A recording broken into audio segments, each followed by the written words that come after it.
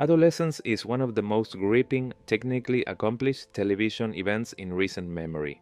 Each of its 4 episodes, directed by Philip Barantini, is filmed as a continuous one-take shot, a feat that's as ambitious as it is nerve-wracking.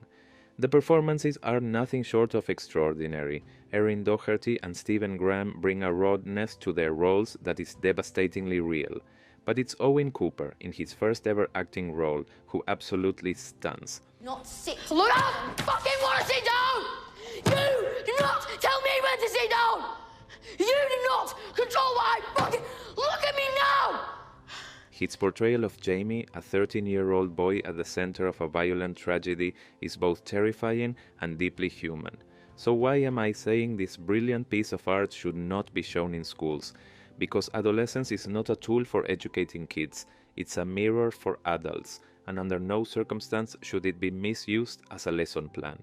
Adolescence is a 4-part British miniseries created by Jack Thorne and Stephen Graham. Since its release on Netflix, it has become the most watched UK drama on the platform. Its fictional narrative follows Jamie, a teenage boy accused of fatally stabbing a female classmate, and it explores the psychological and social factors that may have influenced his actions. Make no mistake, Adolescence is not a show for young people. It's a wake-up call for parents, for adults, for the people who are supposed to shape the environments kids grow up in. It's meant to provoke horror, sadness, guilt, and ideally action from the people who actually hold power in a household or a government. To show this to children is to miss the point entirely. Despite its gripping style, Adolescence doesn't actually offer any solutions. It name-checks major issues like incel culture, revenge porn, Andrew Tate, pick-up artists, and online bullying. But it does so in broad strokes. These complex subjects are treated like buzzwords. There's no psychological insight into Jamie's radicalization, no real understanding of how algorithmic rabbit holes work, no mention of class dynamics or educational failings. It presents these issues not as systemic problems to be solved, but as a toxic soup that simply exists, and then points to a villain in the form of a young boy we never really understand. I want to understand you. To understand my understanding of my understanding of my understanding. Yes? The other bloke is much more easy. Okay. Him checking whether I understand was much easier. Whether I understand what I did. What this series does best is create a moral panic. For adult viewers, especially parents, it's terrifying. And that's the emotional manipulation that drives its popularity. But for the very group it pretends to help, young boys in crisis, it risks being completely alienating. It tells them, you are a danger, you are a ticking time bomb, you are a part of the problem. But this is more than just a show. It's now a worldwide conversation. It's influencing public opinion and even political discourse, especially in the UK. Prime Minister Keir Starmer has called it a very, very good documentary twice, despite the fact that it's a drama. That alone tells you how the lines between art and activism are being blurred. Jack Thorne, one of the co-writers, has openly said that the show was created to provoke conversation.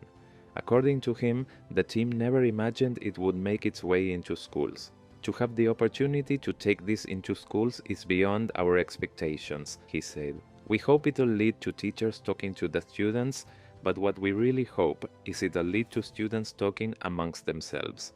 This sounds noble, but there's a huge problem here. Provoking conversation is not the same thing as providing education. This isn't a well-researched documentary. It's a stylized, emotionally charged drama. Starmer, a father of 2 teenagers himself, has admitted the series was difficult to watch with his 14-year-old daughter and 16-year-old son.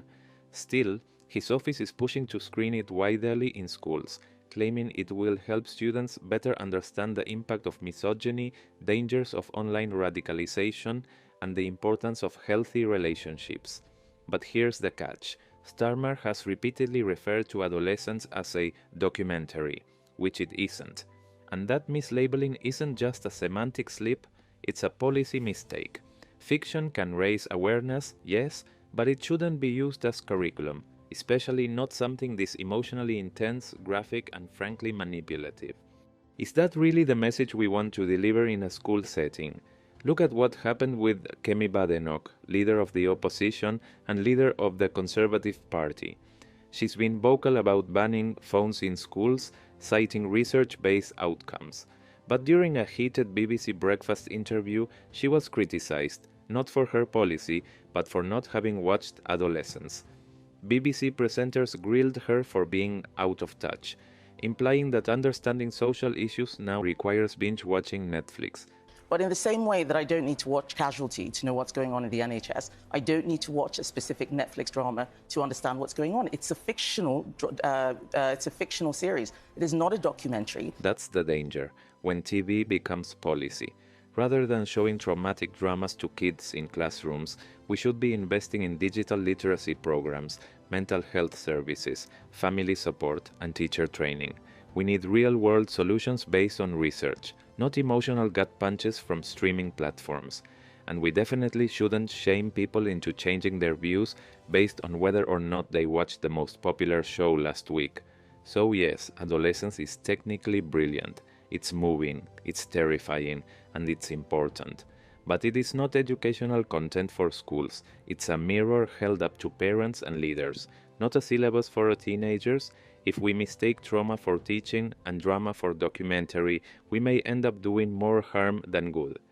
If you enjoyed this video, please give it a thumbs up, share your thoughts in the comments below. And to stay updated on future videos, don't forget to subscribe.